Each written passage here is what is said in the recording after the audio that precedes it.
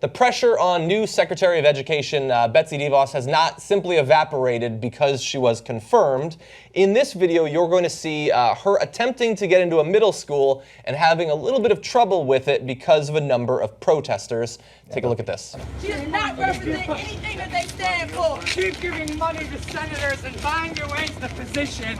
You should be so proud of yourself.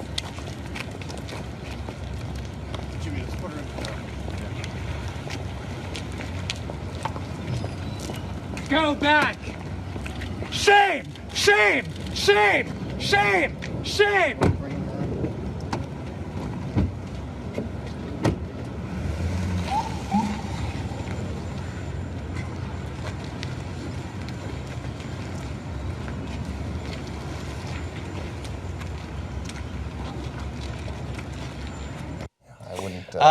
So there, he yelled out shame, forgot to ring the bell.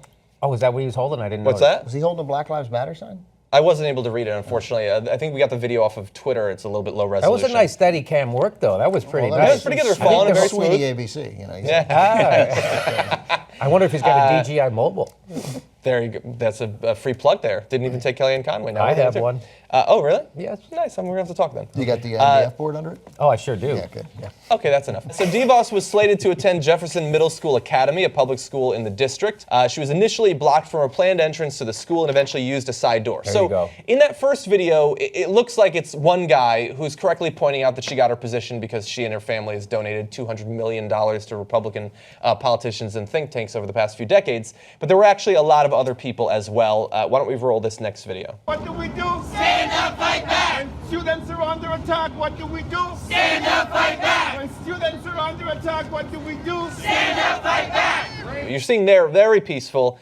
In this next one, though, there's going to be a little bit of a it does say scuffle with Black Lives police. Matter, Yeah, that is the same guy. You're right. He was the shame guy? Yeah. I think he was the shame guy. Oh, yeah, you see the little thing, little Steadicam.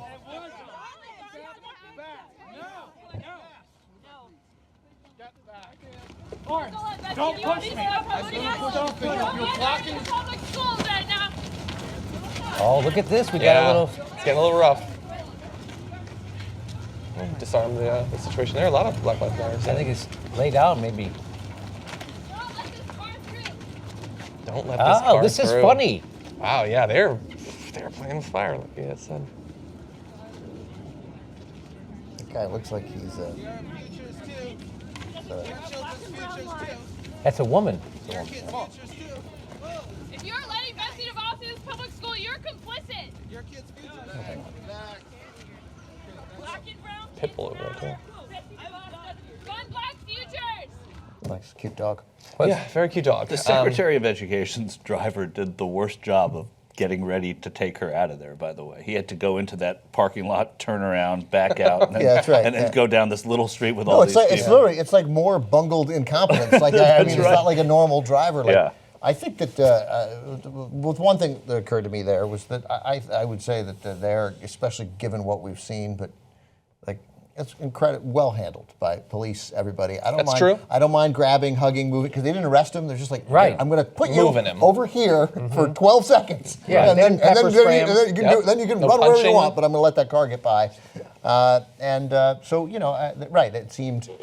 Now the only Betsy DeVos did not handle it well. She looked like she was. She looked terrified. She looked scared. That's yeah, yeah, like not so much scared. I mean, I hope she wasn't scared that she feared for her physical safety, but she just like oh I have to deal with this, and I am incapable of dealing with this. I think her own safety too. I think she's got terrified of being in a bad neighborhood and a bad, that's the kind of thinking she has. I don't even know where that is. Maybe. But She did look scared, no question. Yeah. And she missed her first chance to go into a public school. Nice. So, I've been holding that. so Kissinger was in the White House with Nixon, and so they had the anti-war protesters outside the White House, and they were a lot of them. And then so much so that they got school buses, and they lined them up in case they broke through the fence and they would get through. And Nixon turns to Henry Kissinger and he says, Henry, I'm afraid if they break through the fences, they'll come and kill us. They'll come for us and kill us. And I think that's exactly where our elected leaders need to be. So I disagree, and I think they should be afraid. They should be afraid of riots in the streets. They should be afraid of direct action. They should be afraid. Well, they shouldn't be afraid of their lives. I think they should. I certainly think that they Fair should enough. know that there is going to be hardcore opposition to their efforts. I think her being confirmed, I'm sure that she wiped a little sweat off her brow. I'm sure Trump felt great. But thankfully, that's not the end of it. There's going to be teachers' unions and concerned parents, people who care about the future of public education, who are going to continue to oppose her because simply her getting the position does not mean that she can now do whatever she wants to do. Yeah. And we need to be on the watch for what she wants to do. Yeah, I mean, as in general, as always, I disagree with your rhetoric. Probably not what you mean. Like, I don't mean to, but like, I don't want Betsy DeVos and those people should never get comfortable. Ever, Right. Ever Yes, be I comfortable agree. Right. for a moment, and this is part of making them uncomfortable. Protests loud, making their lives difficult. Obviously, not literally fearing that she might be harmed by a criminal. Like, but she that should be everything she uncomfortable. stands Like, for oh, is how do I do this? rejected, Yeah, you know? yeah, right. Everything she stands for should be fought at the most. At the basic, at the lowest level, and I don't mean lowest level like worst level. I mean the first level, and the Ground first level, level. the ground level, right? And the ground level is literally she's on the ground walking into a school, Yeah. protest, be out front, So- shout at her. That's good. So I just want to let's just get clear why we are against Betsy DeVos so heavily. And my big thing is the privatization of public schools, right? Yeah. So that's what I'm against, and that's why I would push back against her. Is that pretty much it? Is there more That's to my that? number one reason. Yeah, well, Okay. I mean, you know, for like the reason Democrats went after Betsy DeVos so aggressively was because she made a fool of herself. She's dumb. She's Yeah, a dumb, she doesn't know anything she's a about dumb it. person, and therefore there was a possibility of actually getting Republican support. It was a moment they could actually, for a moment, look like the one they might win. And they got two. But no Republican was ever going to vote against Pruitt or Sessions. Like those were never going to win ever. It looked like for a moment, oh, we might. Betsy DeVos might one needed one more person.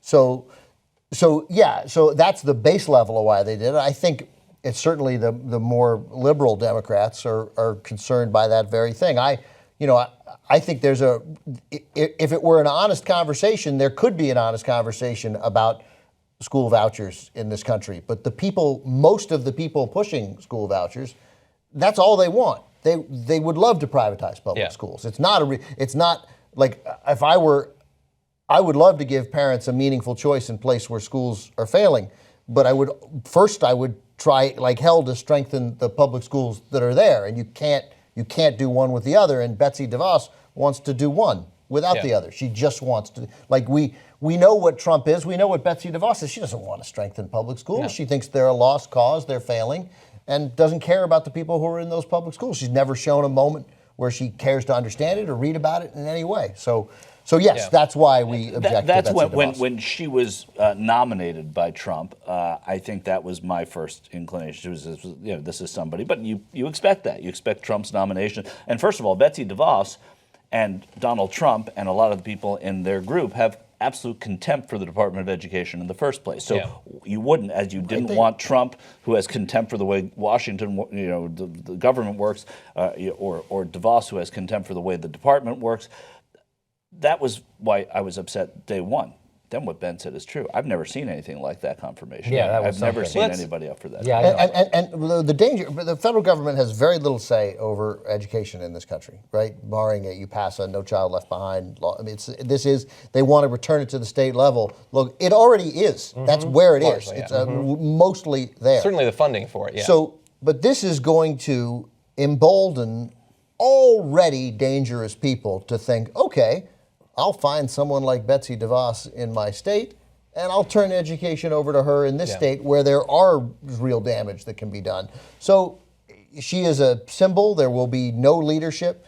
There will be no inclusion of people in a conversation who should be not just included in the conversation, but should lead the conversation. People who run public schools in this country and are serious about it, they should be leading the conversations about how we fix schools, how we fix is the wrong term, how we continue to make schools better and improve. But I mean, I looked at the numbers today because I'm struck by a thing that I feel most since this election, which was that all those numbers that we didn't fully believe, or I didn't fully believe for years and years, when I'd see we're really 29th in infant mortality, right? And I'd be like, it's propaganda.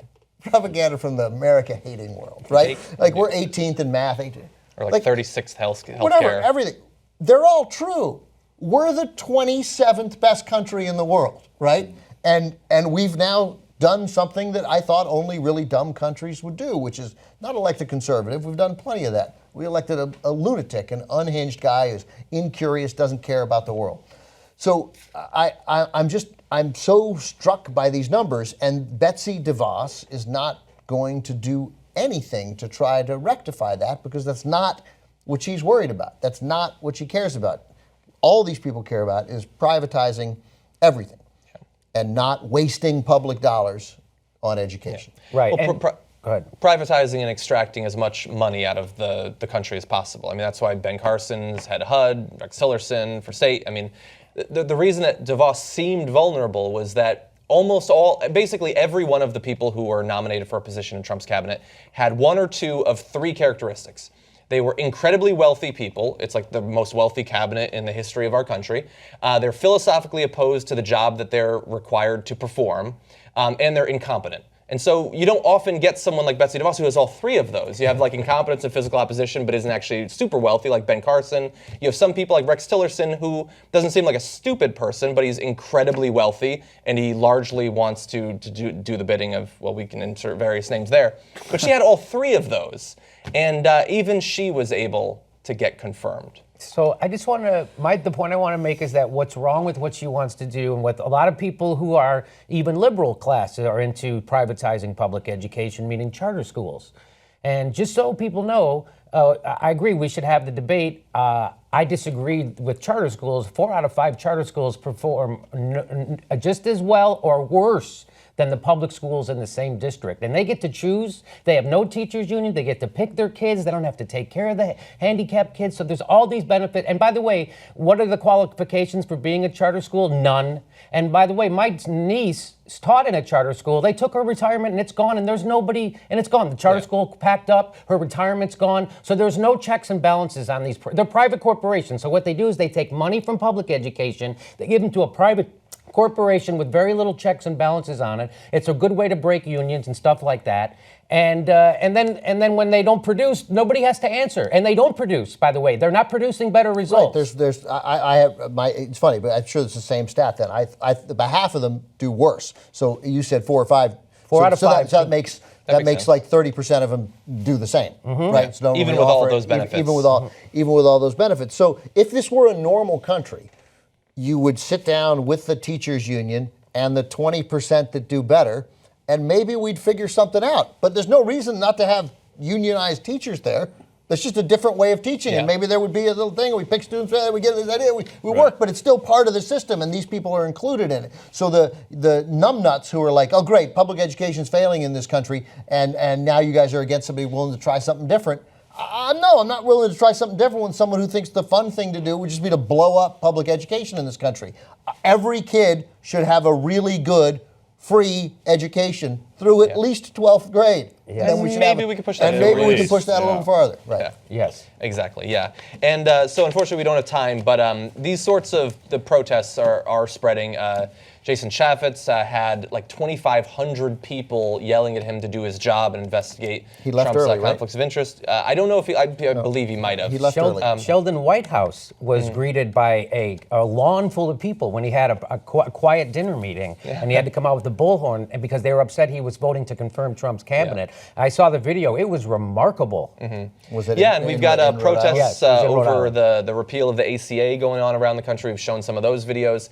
And I know, I apologize, I don't remember the organization, but there's a group that's putting together rallies at individual congressmen's town halls and things like that. They have a coordinated spreadsheet, which is publicly available. So if wherever you are in the country, you can probably find a protest you can go to for a variety of different issues. And next week, the Republicans in Washington are having a closed-door meeting as to how to deal with that, because they're afraid of it now in the same way that the Democrats didn't buy into what the Tea Party was doing at that time, and the Republicans didn't buy into what the Tea Party was doing as well initially. So what they're doing now is the Republicans are trying to find a way to counter what's Yeah. going on, because they saw what happened to Tom McClintock in California, and they said, we got to figure out how to get around this, because some of them are scared about keeping the house in this environment. And the fear, I think, for us should be that their way of getting around this could be through passing laws to make these sorts of protests illegal. As Jimmy pointed out, running down people who are standing in the street. We were like really polite as libs and progressives are for the Tea Party. We should not expect that same treatment from them when the shoe's on the other foot. If you like some of the political stories we do on the show, you're going to love Aggressive Progressive. Get that show just for members at tytnetwork.com/join. That was a good one. That was a good one.